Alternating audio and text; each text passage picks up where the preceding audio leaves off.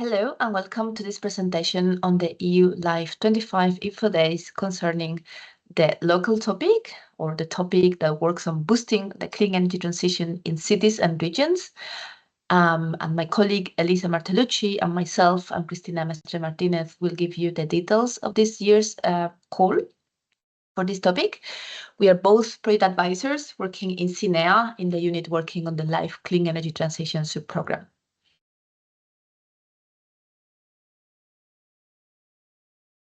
The local topic aims at delivering and implementing the clean energy transition in cities and regions.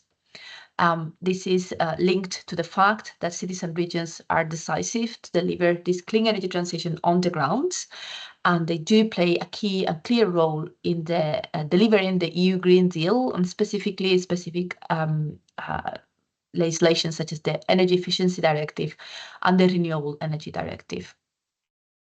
In that context, the topic indeed aims at supporting cities and regions in developing and reinforcing the specific capacities and skills that are needed to deliver on the clean energy transition on the ground and to achieve specific targets.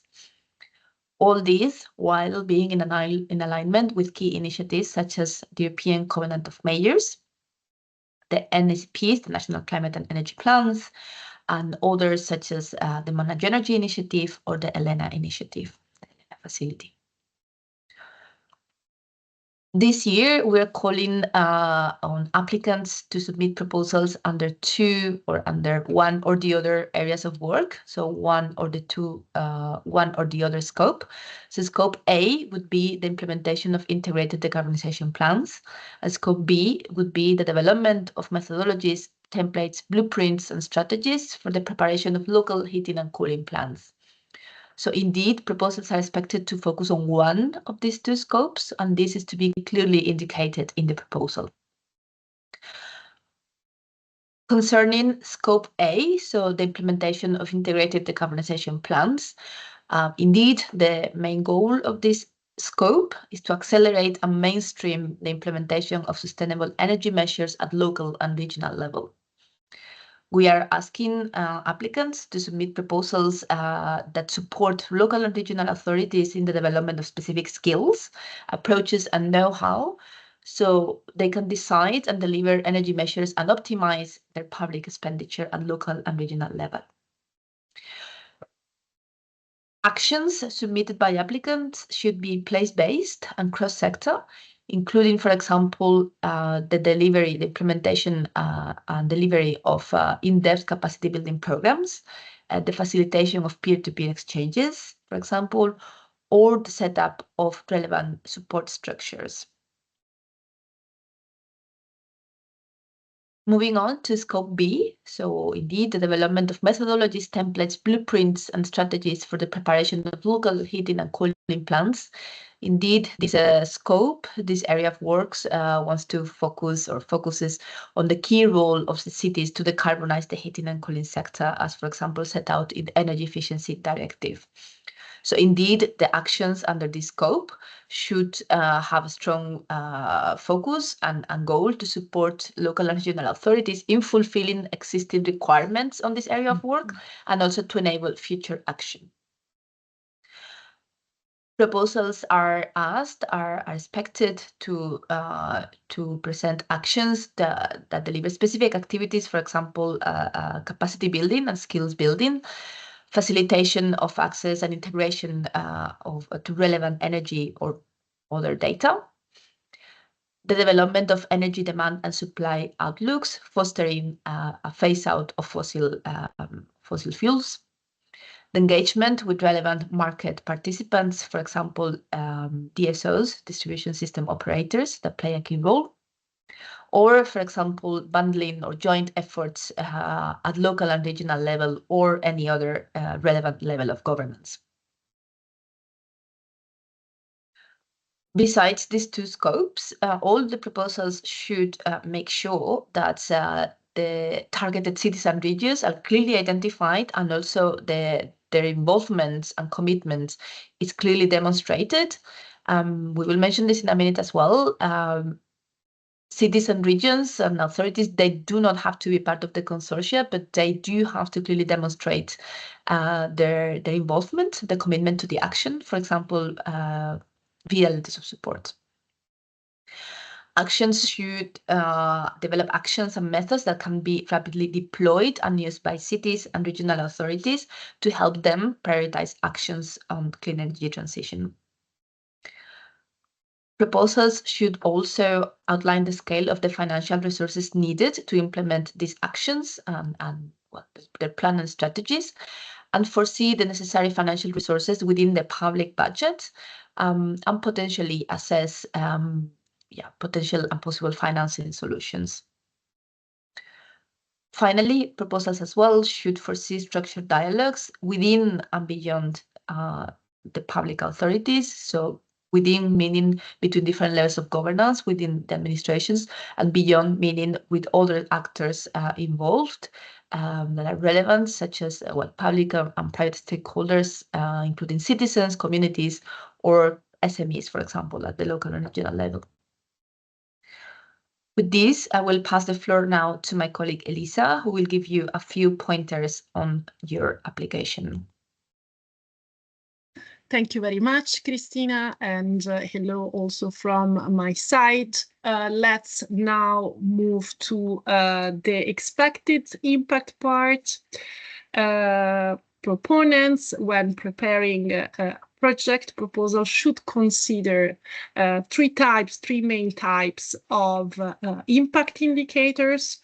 So topic-specific indicators, activity-specific indicators, and the common LIFE-CET indicators. These indicators should be quantified for the end of the project and 5 years after the end of the project.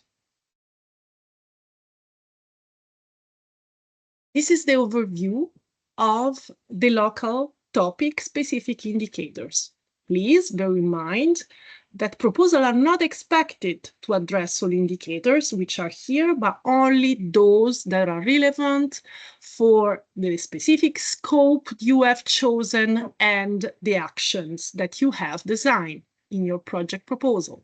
So, for example, here we have the number of clean energy transition action implemented by the end of the action, as well as the number of memorandum of understanding or similar agreement that demonstrate the political commitment from local and regional authorities, as my colleague Christina was saying earlier, or the number of heating and cooling plans that you intend to establish through the action, or the number of policymakers, public officers with improved capacity and skills. So again, you don't need to address them all, but only that are really relevant for the specific project proposal you are preparing.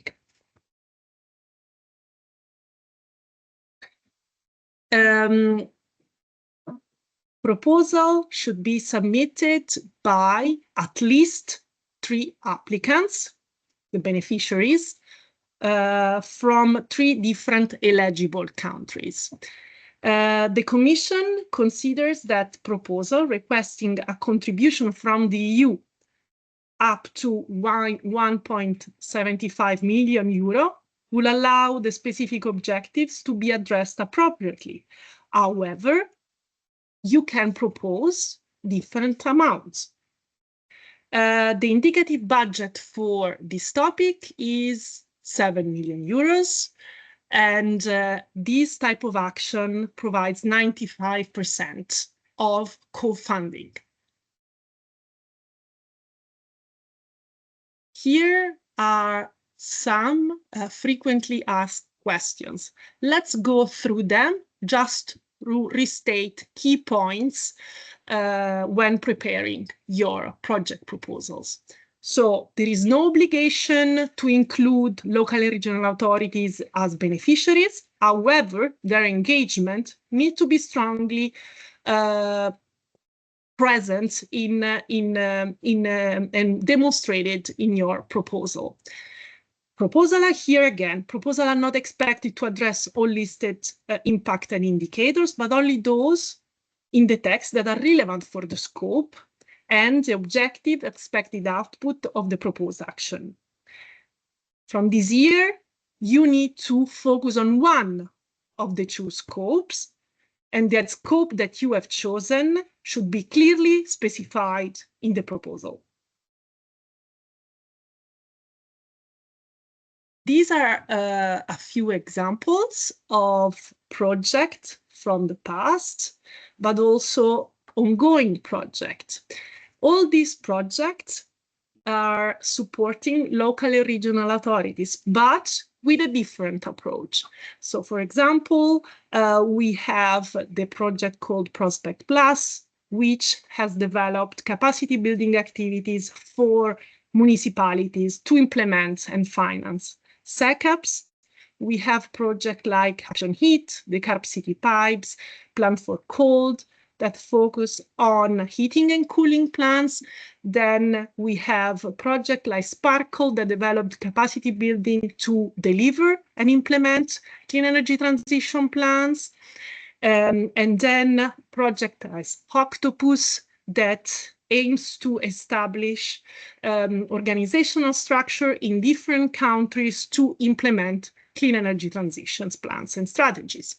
So these are examples that you can use, and we do recommend to be inspired by this project. Thank you very much for your attention. I hope you find this presentation useful.